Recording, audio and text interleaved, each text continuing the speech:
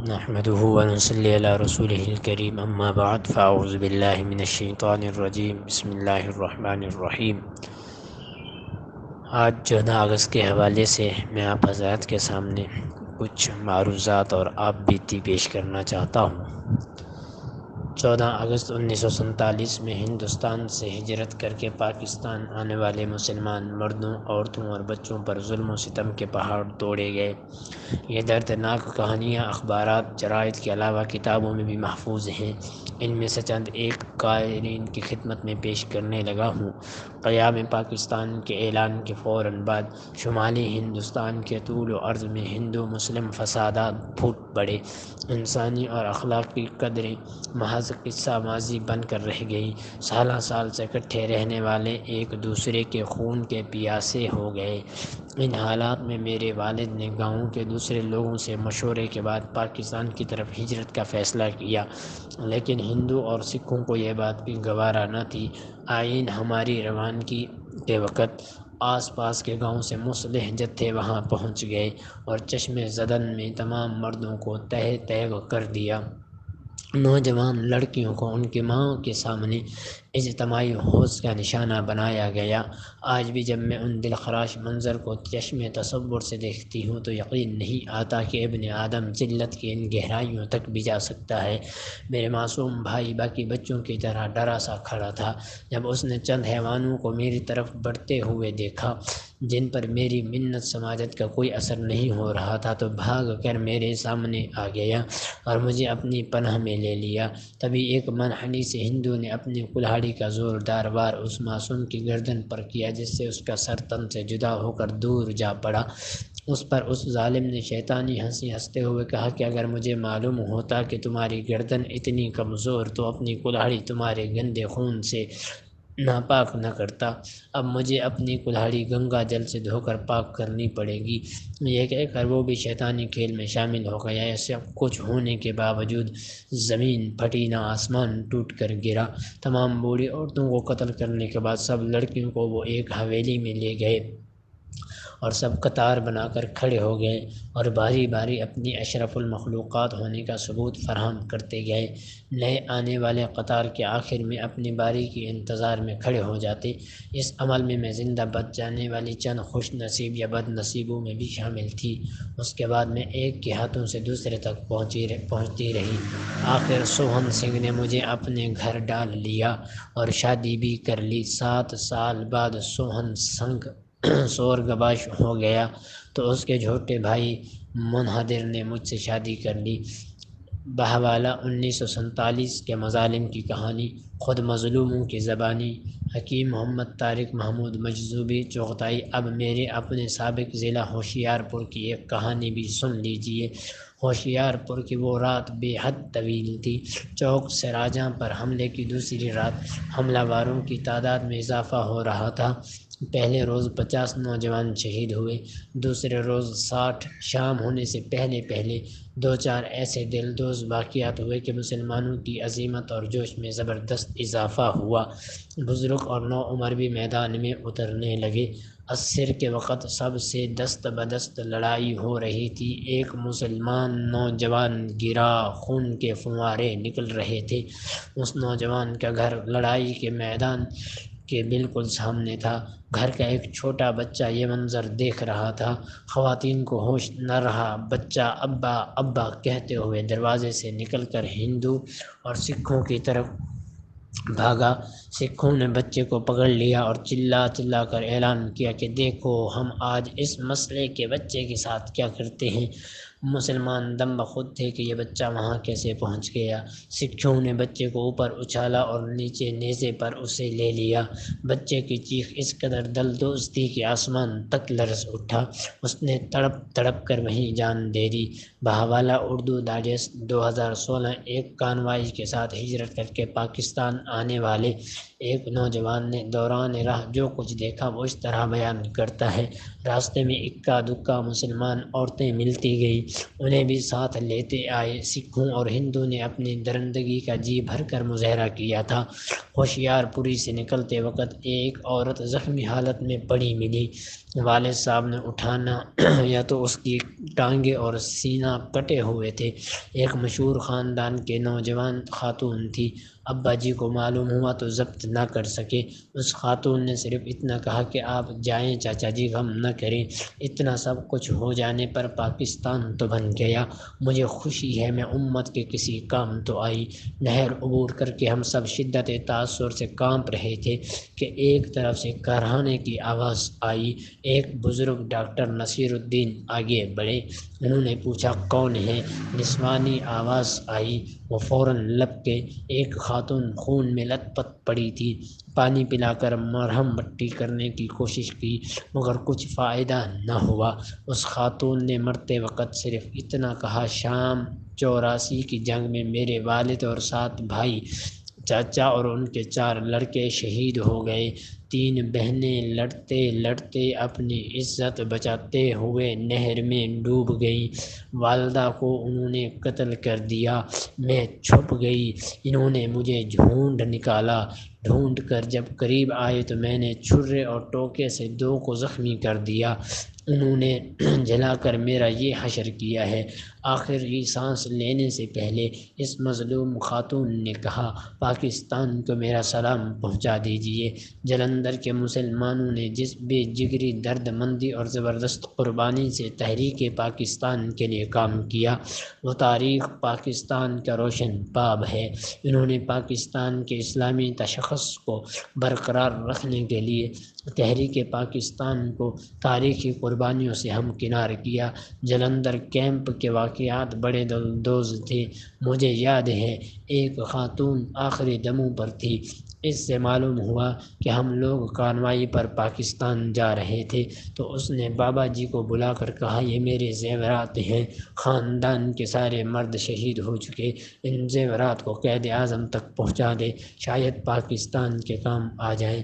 بہوالا Urdu digest, اگست 2016۔ مشرقی پنجاب میں خون کا جو سیلاب آیا اس کا کچھ اندازہ لندن ٹائمز کے نامہ نگار آئین مورسن کی ذاتی مشاہدات پر مبنی ان تینوں رپورٹوں سے لگایا جا سکتا ہے جو اس نے اگست اور ستمبر 1947 کو جلندھر اور امرتسر سے اپنے اخبار کو ارسال کی تھی۔ جنہوں نے پہلی رپورٹ میں وہ لکھتا ہے، سکھ مشرقی پنجاب کو مسلمانوں سے خالی کروانے میں سرگرم ہیں اور وہ ہر روز بے دردی سے سینکڑوں افراد کو تہہ تیغ کرتے ہیں اور ہزاروں کو مغرب کی جانب ہنوک شمشیر بھگا دیتے ہیں۔ وہ مسلمانوں کے دیہات اور گھروں کو نظر آتش کر رہے ہیں۔ اس ظلم تشدد کو سکھوں کی اعلیٰ قیادت نے منظم کیا ہے اور یہ خوفناک کام بڑے معین طریقے سے علاقے پہ علاقہ کیا جا رہا ہے۔ دوسری رپورٹ میں لکھتا ہے، امرتسر میں 8 اگست کے بعد مسلمانوں کے محلوں کے محلے دھڑا دھڑ جلنا شروع ہو گئے تھے اور لوگ پناہ کے لیے بھاگنا شروع ہو گئے۔ 13 اور 14 اگست کو پورا امرتسر شعلوں کی لپیٹ میں آ چکا تھا۔ 15 اگست کو امرتسر میں ہندوستان کا یوم آزادی بڑے عجیب طریقے سے منایا گیا۔ سہ پہر کو سکھوں کے ایک ہجوم نے برہنہ مسلمان عورتوں کا جلوس امرتسر کی گلی کوچوں میں نکالا، ان کی آبرو ریزی کی، پھر بعض کو کرپانوں سے ٹکڑے ٹکڑے کر دیا، بعض کو زندہ جلا دیا۔ تیسری رپورٹ میں وہ مسلمانوں کے ایک 20 میل لمبے قافلے کے بارے میں ایک خبر ان الفاظ میں بھجواتا ہے، اس قافلے میں 20,000 سے زائد افراد تھے اور ان میں سے اکثر پیدل ہی پاکستان کی جانب بڑھ رہے تھے۔ ایسے ہی کئی اور قافلے مشرق سے مغرب کی طرف رواں دواں تھے۔ آبلا پا تھکان سے، چور بھگوں کے مارے، سفر کے صعوبتوں سے نڈھال 2 ماہ بعد وہ لکھتا ہے، 70 لاکھ سے زائد مہاجرین گرتے گراتے پاکستان پہنچ گئے ہیں۔ وہ بالکل بے سر و سامان تھے، ان کے پاس تن کے کپڑوں کے سوا اور کچھ نہ تھا، ان کے کپڑوں کے بھی اکثر دھجیاں اڑی ہوئی تھیں۔ یہ وہ درد کشان بلا تھی جنہوں نے معصوم بچوں کا قتل، لاشوں کو قطع بریدی اور عورتوں کی بے حرمتی اور اپنے آنکھوں سے دیکھی تھی۔ راستے میں ہر قدم پر موت ان کے گھات میں تھی، ان میں سے ہزاروں بھوک بیماری سے راستے ہی میں جاں بحق ہو گئے یا سکھوں کے خون آشام جتھوں نے انہیں موت کے گھاٹ اتار دیا۔ بہت سے پاکستان کی سرحد پر پہنچتے ہی عبد نیند سو گئے، بہوالا خون مسلم ارزاں ہے۔ ڈاکٹر سعید احمد ملک پاکستان کی طرف ہجرت کرنے والے مجاہدین اور مہاجرین کی ٹرینوں پر بھی جا بجا حملے ہوتے رہے۔ اکثر ٹرینوں کے سارے مسافر فنا کی گھاٹ اتار دیے جاتے ہیں، نوجوان لڑکیاں اغوا کر لی جاتی ہیں اور ان کی زندگیاں موت سے بدتر ہو جاتی ہیں۔ اس زمن میں بے شمار واقعات میں سے صرف 2 کا تذکرہ کیا جاتا ہے۔ پہلا واقعہ راوی گنڈا سنگھ والا ریلوے اسٹیشن کا اسٹینڈ ریلوے ماسٹر خود ہے۔ وہ کہتا ہے کہ ایک مہاجر ٹرین فیروز پور کی طرف سے قصور آ رہی تھی۔ گنڈا سنگھ والا اسٹیشن پہنچ کر رکی۔ مجید یزدانی صاحب پلیٹ فارم پر اس کا استقبال کر رہے تھے۔ گاڑی رکی تو انہوں نے دیکھا کہ سب ہو گیا، خون سے لت پت ہیں اور ڈبوں میں لاشوں کے انبار لگے ہیں۔ یہ منظر اس زمانے کا معمول تھا۔ آگے ایک اور قسم کا منظر آ رہا تھا۔ سب بوگیوں میں جھانکتے ہوئے جب وہ آخری بوگی کے قریب پہنچے تو وہاں بچوں کے رونے پیٹنے اور کراہنے کی دردناک آوازوں نے انہیں اپنی طرف متوجہ کیا۔ جھانک کر دیکھا تو ایک روح فراسا منظر ان کے سامنے تھا۔ اس بوگی میں 1 سال سے 5 سال تک کی عمر کے بے شمار بچوں کو زندہ لاشیں خون میں لت پت کلبلا رہی تھی۔ ان بچوں کو ذبح نہیں کیا گیا تھا بلکہ ان کے ہاتھ پاؤں کاٹ کر زندہ لاشوں کی صورت میں پاکستان کی طرف دھکیل دیا گیا۔ کیا اس سے زیادہ بہیمیت اور درندگی کی مثال کہیں تاریخ میں مل سکے گی؟ بہوالا جدوجہد آزادی میں پنجاب کا کردار، ڈاکٹر غلام حسین ذوالفقار۔ دوسرا واقعہ یوں ہے کہ نومبر 1947 کو ایک شام بہاوا ریلوے اسٹیشن پر اہل لاہور کا ایک جم غفیر اس گاڑی کے استقبال کے لیے موجود تھا جو مہاجرین کو لے کر کالکا سے چلی تھی اور براستہ امرتسر پاکستان پہنچ رہی تھی۔ خاصے انتظار کے بعد دھندلائے ہوئے افق پر ایک سیاہ دھبا منتظر لوگوں کی سمت بڑھتا ہوا نظر آیا۔ یہ ریل کا انجن تھا۔ خوشی کی ایک لہر ہجوم میں پھیل گئی۔ وہ پانی کی مٹکوں اور کھانے کے طبقوں کا جائزہ لینے لگے جو انہوں نے پاک وطن میں آنے والے مہاجر بھائیوں کے لیے تیار کر رکھے تھے۔ جو گاڑی نزدیک آتی گئی، لوگوں کا جوش اور خروش بڑھتا گیا۔ انہوں نے نعرہ تکبیر، نعرہ رسالت اور پاکستان زندہ باد کے نعرے لگائے، لیکن گاڑی سے ان کے نعروں کا کوئی جواب نہ آیا۔ گاڑی اسٹیشن کی حدود میں داخل ہوئی اور ہلکی رفتار سے چلتی پلیٹ فارم پر آ رکی، مگر گاڑی کا کوئی دروازہ کھلا نہ اس میں سے کوئی ذی روح برآمد ہوا۔ لوگوں کے دل انجان اندیشے سے دھڑک اٹھے اور جب انہوں نے کھڑکیوں سے ڈبوں کے اندر جھانکا تو ان کے رونگٹے کھڑے ہو گئے۔ کرپانوں سے کٹے ہوئے گلے، گولیوں سے چھلنی سینے، جسم سے علیحدہ ہوئے بازو، پھٹے ہوئے پیٹ، ظلم و تشدد کی المناک داستان سنا رہے تھے۔ پھر نوجوانوں نے گاڑی کے ڈبے آپس میں تقسیم کر لیے، خون میں لت پت کٹی پھٹی اوپر نیچے پڑی لاشوں کو عزت و احترام کے ساتھ آبدیدہ آنکھوں سے ہدیہ عقیدت پیش کر کے اتارنے لگے۔ بہوالا 1947 کے مظالم کی کہانی، خود مظلوموں کی زبانی۔ لندن کے اخبار ڈیلی میل کے نمائندہ خصوصی ماسٹر رالف نے انہی ایام میں کراچی سے دہلی تک کا سفر کیا۔ اس نے 27 اگست 1947 کی ڈیلی میل میں لکھا کہ میری کہانی صرف وہ لوگ سن سکتے ہیں جو بہت بڑا دل گردہ رکھتے ہوں۔ جب میں کراچی سے براستہ لاہور اعظم دہلی ہوا تو کراچی سے لاہور تک راستے میں سفاکی کا کوئی منظر نظر نہ آیا اور نہ ہی میں نے کوئی لاش دیکھی۔ لاہور پہنچ کر مشرقی پنجاب میں ہونے والی دہشت و بربریت کے آثار نمایاں اور نظر آنے لگے، کیونکہ اس دن لاہور میں خون سے لت پت ریلی پہنچی تھی۔ یہ ریلی 9 ڈبوں پر مشتمل تھی جس پر آسانی سے 1000 مسافر سما سکتے تھے۔ اس ریل کے مسافروں کو بٹھنڈا کے جنکشن پر بے داغ طیب کر دیا گیا تھا۔ ہماری گاڑی اتوار کی صبح دہلی کے لیے روانہ ہوئی۔ پاکستان کی سرحد عبور کرنے کے بعد جا بجا ایسے منظر بکھرے پڑے تھے جو لاہور کی لٹی پٹی ٹرین سے کہیں زیادہ ہولناک اور دہلا دینے والے تھے۔ گدھر گاؤں کے قریب سے گزرنے والے ریلوے کی پٹڑی پر اکٹھے ہو رہے تھے۔ کتے انسانی لاشوں کو بھگوٹ رہے تھے۔ فیروز پور کے مکانات سے ابھی تک شعلے اٹھ رہے تھے۔ جب ہماری ریل بھٹنڈا پہنچی تو مجھے ریل سے ذرا فاصلے پر انسانی لاشوں کا ایک ڈھیر نظر آیا۔ میرے دیکھتے ہی دیکھتے پولیس کے 2 سپاہی وہاں مزید لاشوں سے لدی بیل گاڑی لائے جو لاشوں کے ڈھیر پر ڈال دی گئی۔ اس ڈھیر پر ایک زندہ انسان کرا رہا تھا۔ سپاہیوں نے اسے دیکھا لیکن وہ اپنی لائی ہوئی لاشیں ڈھیروں پر پھینک کر سسکتے اور کراہتے انسان کو وہیں چھوڑ کر چلتے بنے۔ وہ مزید لہکتا ہے فیروز پور سے ہجرت کرتے ہوئے ایک لٹا پٹا قافلہ جب ایک جگہ سستانے کے لیے رکا تو اچانک سکھوں نے حملہ کر دیا۔ ایک عورت کی گود میں 5-6 ماہ کا بچہ تھا۔ ایک وحشی درندے نے وہ بچہ ماں کی گود سے چھین کر ہوا میں اچھالا، پھر اس کی قربان ننھے معصوم کے سینے میں ترازو ہو گئی اور اس کا پاکیزہ خون اس وحشی درندے کی کراہت آمیز چہرے پر ٹپ ٹپ گرنے لگا۔ بچے کے تڑپتے جسم کو ماں کے سامنے لہرا کر درندے نے کہا، لو یہ ہے تمہارا پاکستان۔ جب ماں نے اپنے جگر گوشے کو نو کے سنا پہ سجے دیکھا تو اس کا دل بھی دھڑکنا بھول گیا۔ ڈیلی میل کا یہ نمائندہ خصوصاً آگے چل کر لکھتا ہے، بھٹنڈا اسٹیشن پر ہم نے جو آخری نظارہ دیکھا وہ انتہائی کرب گھنونا اور انسانیت سوز تھا۔ ہماری ٹرین چلی ہم نے دیکھا کہ 4 سکھ 6 مسلمان لڑکیوں کو انتہائی بے دردی سے زد و کوب کرتے ہوئے ان کی سرعام عصمت دری کر رہے ہیں۔